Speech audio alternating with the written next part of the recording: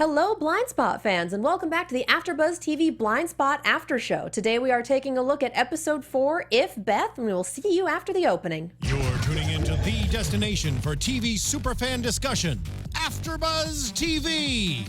And now, let the buzz begin. Well, this was a heck of an episode. It was definitely different after the first 3 episodes, but you know what, it's alright. We got our action for the week, we got our patterisms, hashtag. I'm happy with it. It's Blindspot doing its thing, and it worked out fairly well. Exactly. Alright, welcome back to the AFTERBUZZ TV Blindspot After Show. We are on Season 2, Episode 4, If Beth, which anagrams to the FBI. Like 3 of you on Twitter have sent us all of the anagrams so far, and I adore you so much. Oh my god, someone made us a Google document. I have that saved. I check it before every after show. Thank you so much. By the way, that was provided by a Lancaster native, so right there from my hometown. You rock. All right, and with me tonight is the wonderful Gabrielle Gonzalez. What's up, guys? You can find me on Twitter at Double G on TV, and check out my profile. I did an interview with singer-songwriter Abby Scott. And I'm Katie Cullen. You can find me on Twitter. You can find me on Twitter at Kiaxet. That is Kiaxet. We have the hashtag ABTV Blindspot on Twitter. We have the live chat going right now. So if you got something fun to say, if you have any questions, anything you think we should cover, throw it in the hashtag, throw it in the live chat. You may well get a shout out. It's gonna be word salad on my end tonight, you guys. It's been a super long week. So what did you think of this episode? You know, like I said, we got a lot of what we're come to see. You know, we got some good action from Jane and Gabara, what's her name? Yeah, Gabara. Yeah, so, Elizabeth. Some good action. We got our patterism. My favorite line, she's talking with Zapata and she's saying, it's like, well, last night at my Girls Who Code class, and Zapata's the one who has the answer. God bless Patterson teaching Girls Who Code. She would be teaching something like that. Oh, and then I'm also a top FBI agent, and it's like, okay, like, no big deal, all right. And in my spare time, I rescue kittens from the shelter and teach them to fetch. I like it. Sure. So, Woman Crush Thursday, I know it's not a thing, but she is. Oh, she's absolutely wonderful. She's a glorious human being in real life as well. Oh, just God bless. She's great. Yeah, Ashley Johnson. I mean, we got a lot of space at this desk. Wide shot, real quick. No, dude, Just pick a spot. we tape on Thursday nights. If she's not in New York, she's on Critical Role. You have a and even then, sometimes she's on Critical Role when she's in New York. Every now and then, you have a day off. It happens. We'll be here. Not from Crit Roll. All right. Anyway, so we have kind of 3 different stories going here, and then like a little bit of Kurt at the tail end because why not? Yeah. I want to talk about Lake Aurora for a bit. I want to talk about the Sandstorm side of things because we start off with this. And Roman actually has a really good point with this. We need to show Jane what she's missing. We need to have the emotional connection as well. She knows some of the hows, but she doesn't know why we're doing this. And even then, he brings her out to this lake. And it's like, it was a family lake. Everyone loved it. But it was horribly poisoned and the government did nothing. So get angry about it. I gotta say, I find your way of describing the dark monologues that the characters go through very endearing, Katie. Because you have just this way of putting it in your own words that I'm like, you said it exactly like that. I believe in summaries. Yeah. I'm an English major. I will give you a quote to support my theory, and then I will just explain the hell out of it. And the rest of it, brief summary. You don't need it. Hey, I'm creative writing, though.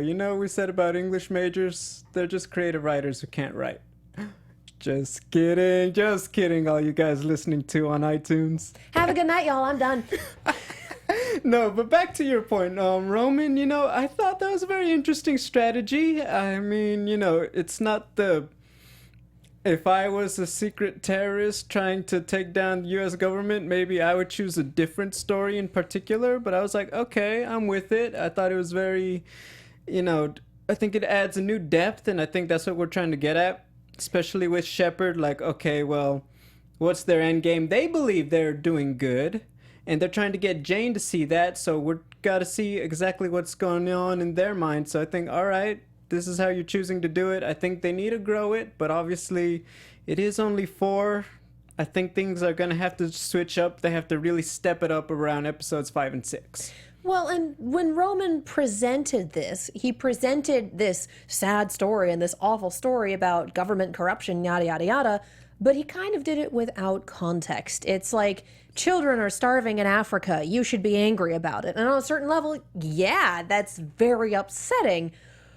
But sometimes it's more difficult to connect to people outside of, it's something called your monkey sphere. Long and very short of it is your brain is only wired to think of about 150 people as people.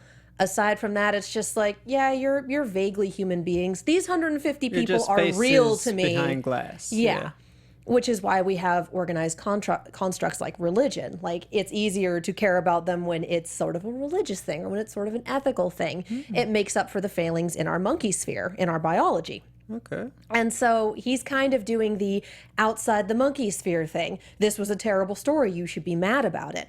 We don't really get the emotional context until it turns out at the end that it was Shepard's story and that her family grew up in this lake, but her brother, they thought he beat cancer, but he died, and her mother died quickly, and her father died slowly and painfully. I thought it was the mother died slowly. Oh, I'm sorry. Okay, back to your point. I was going to say, I might thought have the had mother it died backwards. slowly. Something. One of her parents died very quickly. One of her parents died very slowly. And her brother, they thought he was going to live, and then that was not a thing. And she had her ovaries removed because I assume cancer. And so this stopped being a starving children in Africa story and started being this is personal. This was my experience. This is a person that I care about. This is a person that raised me. And this is their story. This is when they started mistrusting the government. So it's one of those things where it makes a lot more sense when it is a personal connection. And Roman was right about that. Because, again, he's the one that knows that Jane, quote, failed their last mission. Yes. And he covered for her. So he's trying to kind of shore up the edges here to make sure that doesn't happen again. Well, I think that I'm still on the fence with Roman because I see right now he's not exactly content with the role that he's playing in Shepard and Sandstorm's larger plan. So when I see him, I really feel like a lot of the times he's looking for his own out. Yeah, his love for Jane, but I feel like there's something more to it than that. I don't think he's necessarily along with it. He even admitted in this episode, I know our ways may seem barbaric. Yeah, no duh. But at the end of the day, it's like, I feel like he's looking for his own out, and I wouldn't be surprised if there's obviously going to be some kind of complication when there's finally the confrontation with Sandstorm and Jane's FBI team. But I think that his psychology is the one that I really want to get more into. Because I feel like he's been very conditioned. However, as he's gotten older and now as he has more of his emotions controlling his actions, I think we're seeing that he's going to be the one who might be the wild card rather than, let's say, Shepard does something to Weller or part of the team like they're kind of setting us up for. Well, again, I think we talked about this a little last time. I don't think his loyalty is to Sandstorm so much as it is to Jane. Yeah. Like, whether he knows it or not, she's his priority number one. And so with her starting to fall away from the organization, he's starting to lean away from it as well, if only to try to reach out and grab her and say, hey, come home. If she leaves completely, it'll be interesting to see how he reacts. Because if Jane's his priority number one, but Sandstorm is his structure and his home, it'll be interesting to see where he goes if she cuts ties. Okay, well, here's a better question for you, maybe. Let's say he had to choose not between Jane and Sandstorm, but Jane and Shepard. Like, let's say right now from what we know about him, who do you think he would pick right now in episode 4? Jane? Shepard is Sandstorm. Okay, I don't know. I feel like right now he's still more conditioned to listen to Shepard, but like I said, he's that one. I feel like we're seeing him fall apart in really like a parallel, I think, to Reed almost, in that he's starting to make some impulsive decisions. We're starting to see that disconnect in what I'm sure was a well-oiled machine before Jane got reintroduced to their equation at the beginning of this season. Yeah, no, I think he is conditioned to obey her. I mean, she's his CO as well as his adopted mom. But again, I think Jane is still his number one priority. And I do think he's going to have to make a choice. It is possible to overcome conditioning, and we've seen that he will make his own choices. He takes her out to the lake, which no one is supposed to know about, but hey, we're keeping track of him because why not? He finishes her mission for her and then covers for her. Like, he's already been making decisions that put Jane above the organization, most likely to the organization's detriment now that Jane is being a triple agent. Right. So, again, we'll see how things go with Roman, but I don't think his priorities lie the way he thinks he wants them to. I agree with that. I think that's a great way to put it. So, yeah, we kind of needed that emotional bit. We kind of needed that backstory for them. We kind of needed that, okay, this is why they're bringing Jane in on it, but they're also bringing the audience in on it. You know, what I almost really want to see now is, as we're developing this, what's Jane going to do when necessarily Roman is in trouble or Shepard's in trouble? Like, let's say one of them gets shot in, part of, everything that goes on as collateral damage. What is Jane going to react like? Because, yes, she's going to put on appearances, but could she possibly jeopardize one of the FBI's missions in order to do this? And she's going to say, well, it was to work both cases, but is it really? So I think that's something maybe to look forward to, is how is Jane going to react? Because at the end of the day, she's the key to everything, It's going to depend on how far we are in the season, what's happened previously, and how the episode sets it up. It's all going to be context at that point. So we just don't have enough to say definitively, yeah, I think she'll do this. Well, okay, we have like 3% of the information. So that's a real good guess for 3%. I know, I think we're but at that 40. point, you're one away from milk, so... All right, so that's so clever. And the one other thing that we have for Sandstorm is that they needed a lot of C4 and they only have half of what they needed. And they want to move while the FBI is still playing catch up and still thinks that Jane is theirs. I don't know. I mean, so we'll see where that goes. I was a little disappointed. I mean, they're a terrorist group that needs a bomb. I wanted something a little different. It's Blindspot. I mean, don't get me wrong. I understand that it's a very, universal way to hurt a lot of people when you're a group like them, but I don't know, I was looking for something a little more sophisticated, I guess, just because they're so interesting right now. There are so many creative uses for C4. You want to tell me how you know this? So many creative uses for explosions. Do you watch any media where they have an explosives tech? Of course, but I just feel like, when you say it, you make it sound like, have you been doing your research? Aren't you a writer? Don't you research really weird stuff when you write? Because my writing research makes me look like I'm a freaking serial killer because I'm writing a murder mystery. It's that sort of thing. Where's Nas and the NSA to do a background check when I need her? No, I do have to admit, that is very true. You just said it in a way that's a little sinister. It's like, there's a lot of things you could use C4 for, and I'm like... Friend, I'm a writer. It's our job to be creative. Yeah. You just want to get that one back. I feel it. Little bit. It's okay. They hated me back in college for that line too. So, back to why do you keep using it? Anyway. That cute thing you do when you know you don't have a good comeback for it? That's why. No, I'm just kidding. Honey, no. Back to Blindspot. Anyway, so we... That's the long and short of Sandstorm's bit, except we have this little tiny bit at the end where, by the way, Kurt, Sandstorm's been watching you for like 20 years. Dun, dun, How dun. long has Sandstorm been going on? Well, okay. I guess that's a good point. I mean, that is a great question. The Taylor Shaw thing was done with a purpose, so we know that's been, the seeds of that have been, in place for a while, but yeah, and I guess...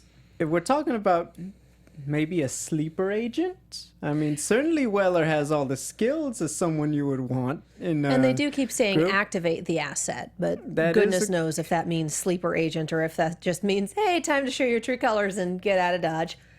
I mean, I think that would be a very interesting way to flip one of our characters, but not necessarily lose them completely. Like, for example, let's say that Patterson was a sleeper agent. Obviously, we don't want to lose Patterson to the dark side. We want her with our characters that we love and root for her. But if they're going to affect us and pull at the audience like that, well, that would be a way to do it. And then obviously you have that option. Well, how is the team going to bring Patterson back? See, the thing is, after you have a sleeper agent, after you realize that you have someone with you that has been so thoroughly brainwashed and has access to all of the information that these FBI agents do, you don't bring them back in.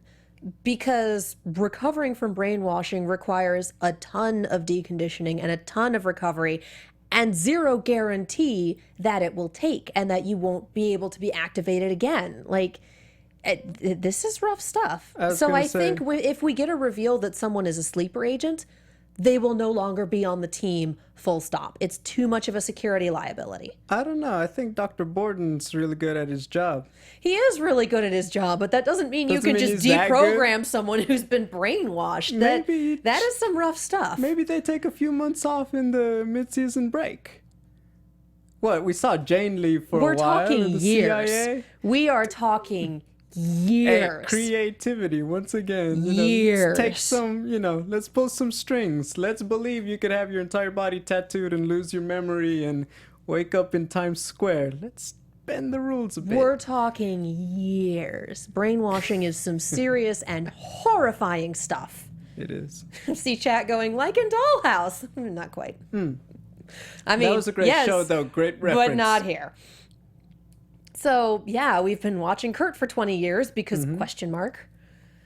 So that was a really good stinger to have at the end of the episode, and we'll see where that goes next week, if anywhere. They like to leave us stingers and then come back to them like 5 weeks later. So on that note, we will see. I couldn't help but notice how chummy Weller and Nas looked sharing drinks at the end of that episode. I'm not going to say ship, but then it made me realize, that wouldn't be a bad way to kind of maybe put Jane off a little more inadvertently if we're trying to push her to Sandstorm for a minute. If that's the route that they choose to go to on the show. I doubt that Kurt's going to fall into anything like that anytime soon. For one, he's still very much getting over Jane and making that comment about, yeah, you never really get over the people you trust lying to you.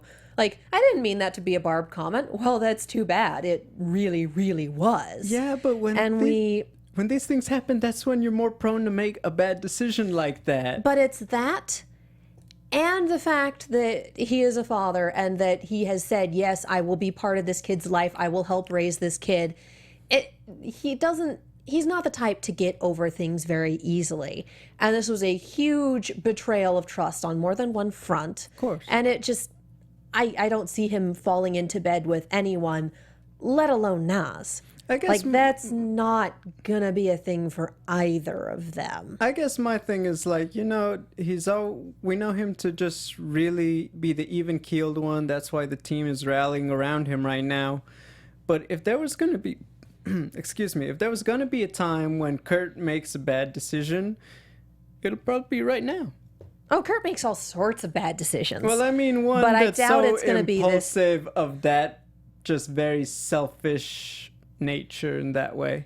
Honestly, he'd probably fall back into bed with one of his exes. You think so? Because we've seen that he's definitely prone to that behavior.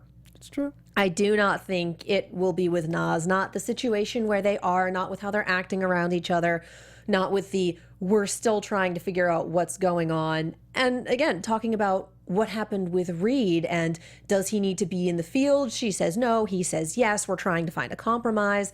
And Reed asking whose order was this? Was it hers or was it yours? So there's still very obviously you're the person we know and she's still an interloper. So we still have a lot of work to do with integrating Nas into the team before we can even start thinking about being comfortable enough with her to forge a relationship. If that's a thing that's going to happen, we're talking after the mid-season break. All right. I don't think that's going to be anything anytime soon with his personality and at this point trust issues and her personality and drivenness and always having the information and always trying to be right. It's true. It's true. On that note, though, considering everything, because I know we're probably going to lose her in the midst of our discussion, but Nas in particular, she's starting to look more and more formidable every episode. I mean, we get a little bit of, okay, she's got the know-how, she's got the resources. She's willing to dress up just like Jane and Zapata and throw down, too. If need be, we didn't see her need to fight evil in this one, but she has shown so far that she's capable, and I think, you know, this is not someone that we're just going to have disappear oddly at an end of a season. I feel like she's sticking around for a while, and I like that about her. Oh, yeah. Yeah, no, she is a giant badass. I mean, the most that might happen is she goes back to the NSA and we get her a few episodes instead of all season. Who knows? But yeah, no, she is a fantastic character. I am so stoked that they added her. Yes, good, well done. Thank you, showrunners. Perfect. And I mean, we got rid of a woman of color last season. I knew that was coming. I'm sorry, I was shocked you didn't bring it up right in that part. I was like, she's about to say it.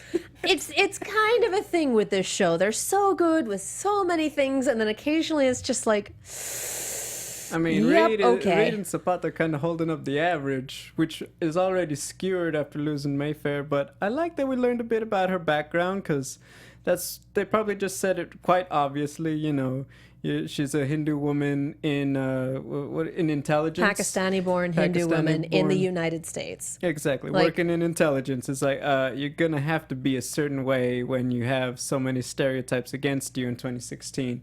So I thought that was really good. I think that was a nice way of acknowledging it without overdoing it for the sake of, hey, we're being politically correct. Well, no, but it's the truth. If you're a woman, you have to work twice as hard for people to think you're half as good. No, it's true. Full stop. And get paid 70 cents on the dollar. But hey, that's another show completely. I was going to say, why are you looking at me like I did something about that? I'm looking at you because we're having a conversation. I know, I feel a little... Anyway. Blindspot. We basically have our tattoo, which the honeycomb tattoo. Didn't you say this was one of your favorites? That is my favorite. I'm not a tattoo person, but I love patterns like that if I was going to ever get one.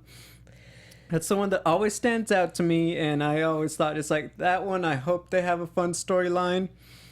In terms of, you know, actual cases, it didn't get as twisted as I would have wanted for one that's that cool, but I still liked it. I still like how it was set up by Patterson and her hashtag Patterisms. So, you know, I was good with it, but that was the one I was always curious about. I mean, yeah, it's one of her most prominent. Obviously, she can't cover it up all the way, even when wearing long sleeves. But yeah, so I thought that was really cool. And certainly, they threw out a lot of periphery characters before we get to the main person behind a certain tattoo who's, you know, at the crux of the case. But I mean, they all made sense. We have this Shadowcat hacker, Bo Kyer, who is part of the, I have it written down here, one of the government agencies. Mm-hmm. And then, come on, where did it go? Wasn't he NSA? Was he NSA? I could have sworn it was NSA. Homeland Security Analyst. Okay. So, yeah, Office of Infrastructure Protection, who has evidently been modding popular video games to make them into heavily guarded areas with very pertinent information on, you know, guard shifts and police activity and everything. It's basically heist simulators with perfect details. Yeah, essentially, you know, he took a cross between Call of Duty and Grand Theft Auto and used it to train people to take down, you know. And I love that they touched on the can video games affect real life thing, in which it's a heck of a debate, but this is not the time because it really is. Well, actually, supposedly first-person shooters are really good for people with ADD and ADHD. There's a lot. Helps with the hand-eye coordination and whatnot. So yeah, I'm gonna have my Nas moment. It's like, that's a great debate, but now is not the time. Yeah, no, it's not. But no, I do love that they touched on that a little bit. Oh yeah, and what I like about this one in particular is that when you break it down, and you know, how would the FBI, if they're gonna be doing stuff way out there like this, I think it lends to the show's realism, and I really like that about this case. It's like, that's like something actually feasible that you can actually imagine, you know, someone doing. And I was like, I like that. And obviously they integrated it very seamlessly in the story. You had the tech girl, and I feel like Zapata, you know, I feel like she wants to play a game like that just to see if she could win. That's what I got when I was listening to her. I would love it, though. Like, you know, I feel like on the cutting room floor is a scene where her saying, "Hey, Patterson, can you put that on my PlayStation?" Yeah. Well, but this isn't, in terms of introducing characters on the periphery, this isn't going to be the last time that we see the Shadowcat character, because at the end of it, Zapata goes in to talk to him and wants him to do a job off the books, which we're back into gray area, Zapata. We just got you out of there. Yeah, Please don't. That wasn't shady at all. But I feel like we're seeing parallels between Roman and Zapata actually putting a person above an organization or above goals, because she's putting Reed above essentially legality at this point. She wants to take care of him. She knows something's wrong. To that point, she kicks Freddie, who is back on drugs, out of Reed's apartment without telling him. Just like, you can leave now, bye-bye. Well, I liked it because essentially she just kind of very silently had that show of force in a way that was very intimidating. But what I found really interesting is that she isn't really overstepping the boundaries. That is something I feel like you could see any of the characters do. I could see Patterson doing that for Reed if she was in the situation. Obviously not in the same way Zapata can kind of give you that look that makes you leave the room, but still. So I thought, okay, I'm not sold on her being so obvious, our sleeper agent or whatever we want to call them, the mole. But certainly what's going on? I like that mystery. And I think it makes her just such a much more fun character. I think that's just Zapata. She's a very forceful woman. She's very much, okay, this is what I think is right. This is what I think needs to be done. Unless one of my higher-ups goes, yeah, I don't think so, I'm going to do it. And sometimes, even if one of my higher-ups goes, I don't think so, I do it anyway. It's life. I love that summary. And she's... let's be real. And that's just how she functions. She thinks that Freddie's a bad influence and Reed doesn't need that right now. Bye, Freddie. You can leave. So again, I don't necessarily think that's the right thing to do because it's not her apartment or her friend or her call, but she thinks it is. She's going to act on it. It's in Reed's best interest, according to her. So certainly, but then we have that scene with her and Shadowcat, and I'm just thinking, well, what do you need from him, Zapata? That's really crazy. My prediction on that is that she is going to use him to dig up stuff on Coach Jones. Because Reed is trying to put a case together, because this whole repressed memory thing and hanging out with Freddie and trying to get this case together is throwing him off. He's having a lot of issues, especially in the field. Yeah. So I can see her going, okay, we're going the expedient route. You get me the evidence I need. That way he doesn't have to live through all of this. I can definitely see her doing that. Hey, Alexis, can we get the AfterBuzz TV exclusives? I don't think that's how that works. AfterBuzz TV exclusive. Yes, because I feel like you're going to predict that correctly. I'll do it. Why not? Thank you. All right, well, we will see then. But yeah, I feel like I need to cheers myself on successfully getting that. Yeah, the best I can figure is that's probably how she'll go. I would be very surprised if she was asking him to look up something that didn't have to do with helping Reed's case. Definitely. I mean, it's just so too obvious for her to have been up to something particularly sinister. So I really like that theory. And I didn't think of it. So it's like, you know what? It's brilliant. And poor Reed trying to work through all of this. He's having anger issues in the field. He's beating up a suspect when he has literally never done that before. He's roughing up an innocent guy who was in the wrong place at the wrong time and got reverse pickpocketed. Yeah, and even Weller said, it's like, you know, I beat him up, and Weller's like, you broke his face. Yeah. You know, this stuff, but okay, I know, like, the action scenes is like, you would think more stuff would break when they kind of have these fight scenes, but let's be honest, it's some that doesn't really happen. I mean, you can kill someone by punching them in the face hard enough. Like, this is not an uncommon thing. So no, it's true. It's good that this guy didn't get killed during the takedown, because that could have been it. Reed. That would have been terrible. Now, did you think that he was going to tell Borden when they started that scene, or did you think he was going to keep it a secret? I personally didn't think he was going to tell him when I heard his tone when he started. Well, Borden already had that piece of information. He already had an in, asking about repressed memories, asking about a very specific thing, and it's for a case is the FBI version of, I'm asking for a friend.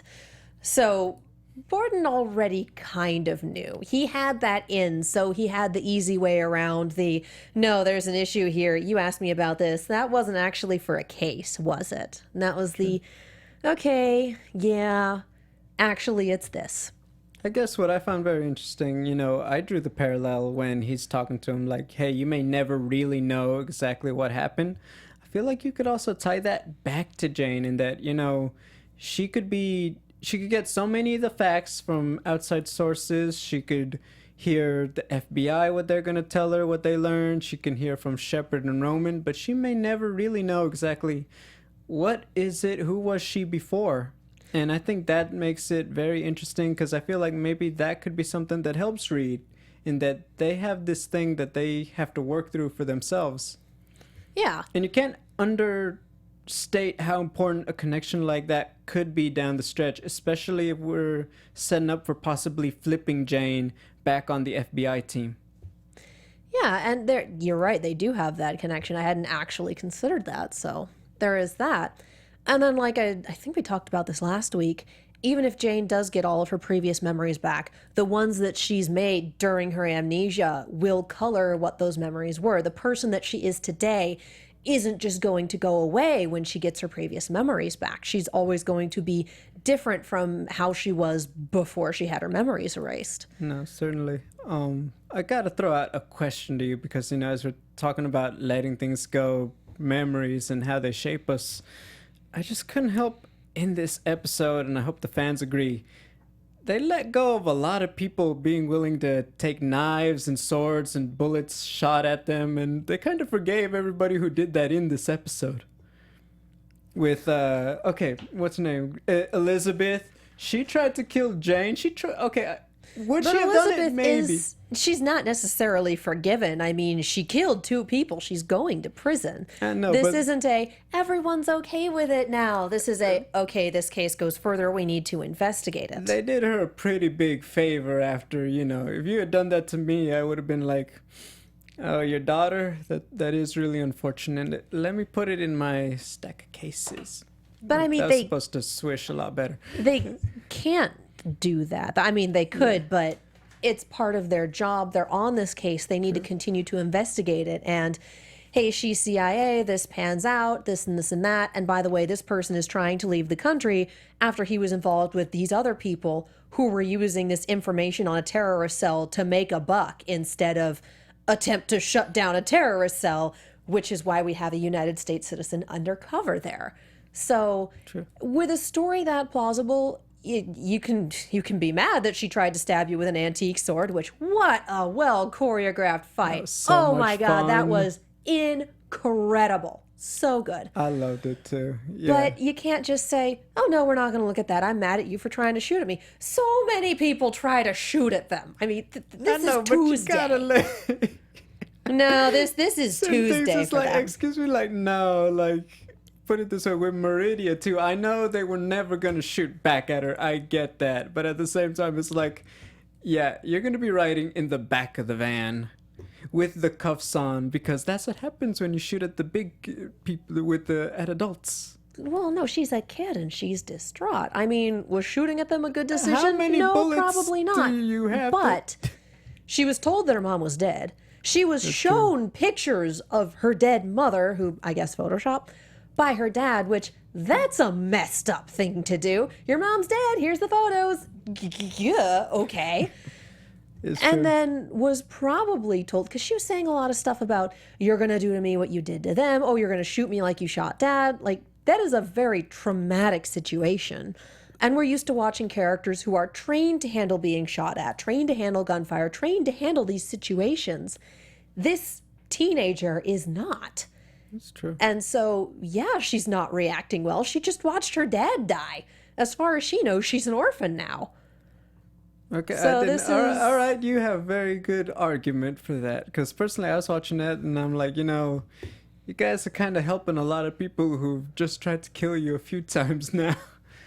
But I get what you're saying. It sucks, but you can't blame her. She's just a kid. Yes, and by the way, points to that sarcophagus scene. By the way, oh my God, yes. And I saw that and I was like, dang. Hey, but then they set it up. It's like, so she was stowed away in there, and I was like, that's just creepy because it's like, okay, it's not a sci-fi show. The mummy's gonna come back to life.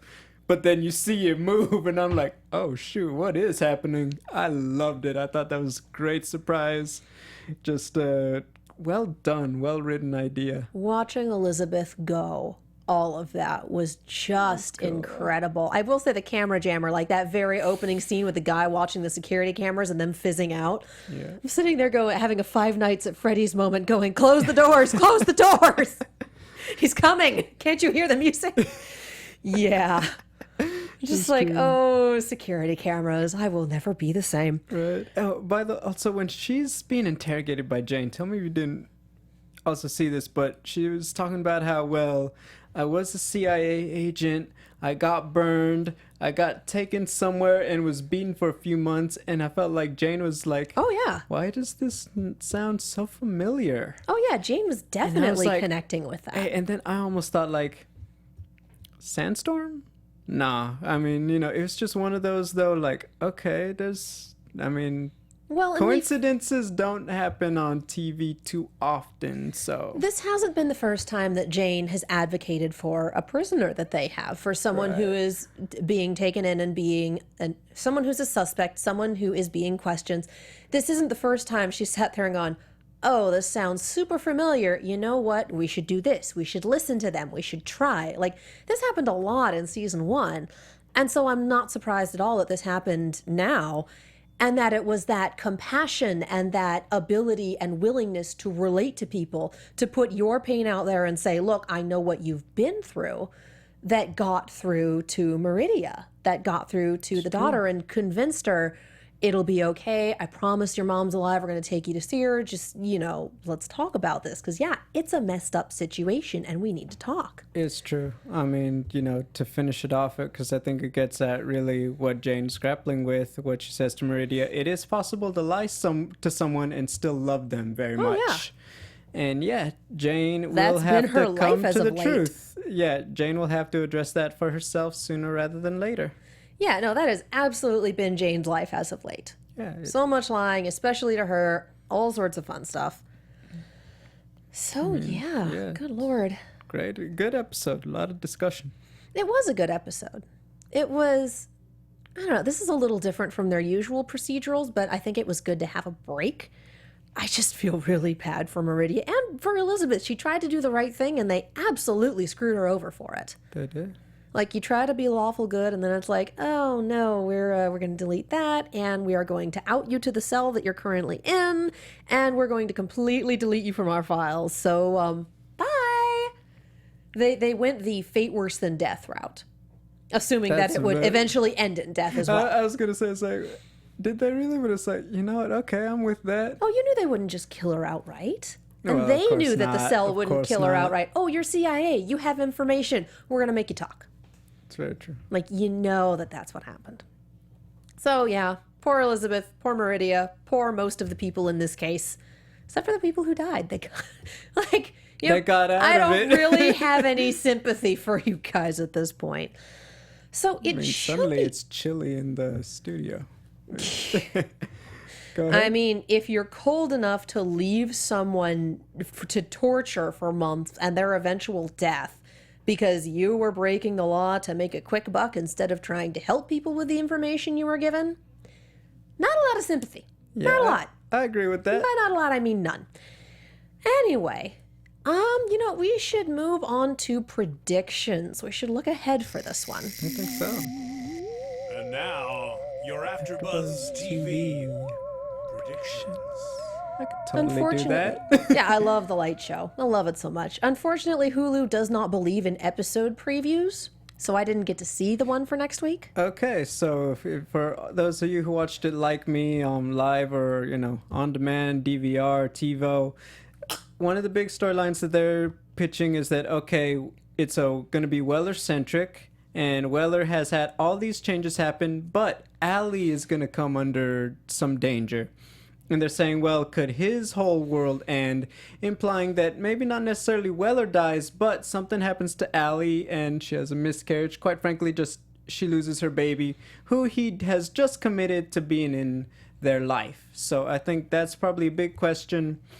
Prediction, would Blindspot be willing to already get rid of Weller's unborn child for the sake of a storyline? I feel like that's a real quick turnaround. That's what I thought too. Blindspot episode previews are really good at either showing us literally nothing, or giving us one sound clip that's like, here's this, and it's like 2% of what the episode is about. It's like, oh, that was hilariously out of context. They Great. follow the same formula. That's what they do. Someone says something sinister, fight scene, explosion, tune into Blindspot next week. Pretty Every much. single time. And mind you, I guess, like, they're good trailers, but at the same time, it's like, yeah, we're not getting a big clue out It's of that. hype and no information. It's all fight, fight, fight, kiss, kiss. It's all flash, no substance. Pretty Unlike the much. show itself, but Yeah. okay. But, I mean, Yeah, I they don't do think really so good either. at not spoiling things. Too So, quick, hey. not a turnaround. I don't think they'll do that to the whole team. Plus, I really want to see Aunt Patterson doing some babysitting. Oh my God, yes. Getting the tiny child a plastic computer toy. And just like, and this is how you I code. can see her like with the rattles, like, oh my god. Oh my God, yes. Yeah. No, it would be wonderful. All right. Well, I think that is about all we have for tonight. Where can the people find you? All right, guys. As always, you can follow me on Twitter at @GON TV. As I said, check out my profile for my interview with Abby Scott. Also, hashtag Patterisms because she says something awesome, and hashtag English majors are okay too. Wow. Your hashtag English majors are great. Give me the shovel. Just give me the shovel. You're I digging would, yourself but you gotta deeper. sign out. You're digging yourself deeper. Just give me the shovel. I'm Katie Cullen. You can find me on Twitter, Tumblr, Instagram, and YouTube at KiaXet. That is KIAXET. I am also on Snapchat at Kia Prime. And I am on so many shows here, you guys. We have Z Nation on Mondays. Crunch Time is going to come back every Monday starting next week. Star Wars Rebels is Tuesdays. Arrow is back on Wednesdays. And of course, it. we have Blindspot on Thursdays. And, you know, Ruby's coming back. Ooh. We are going to start those after shows in November sometime, so keep an eye out for those. Thank you guys so much for watching, and we will see you next time. See you next time, Blindspot fans. Maria Menounos, Kevin Undergaro, Phil Svitek, and the entire AfterBuzz TV staff. We would like to thank you for listening to the AfterBuzz TV network. To watch or listen to other after shows and post comments or questions, be sure to visit AfterBuzzTV.com. I'm Sir Richard Wentworth, and this has been a presentation of AfterBuzz TV. Buzz you later. The views expressed herein are those of the hosts only and do not necessarily reflect the views of AfterBuzz TV or its owners or principals.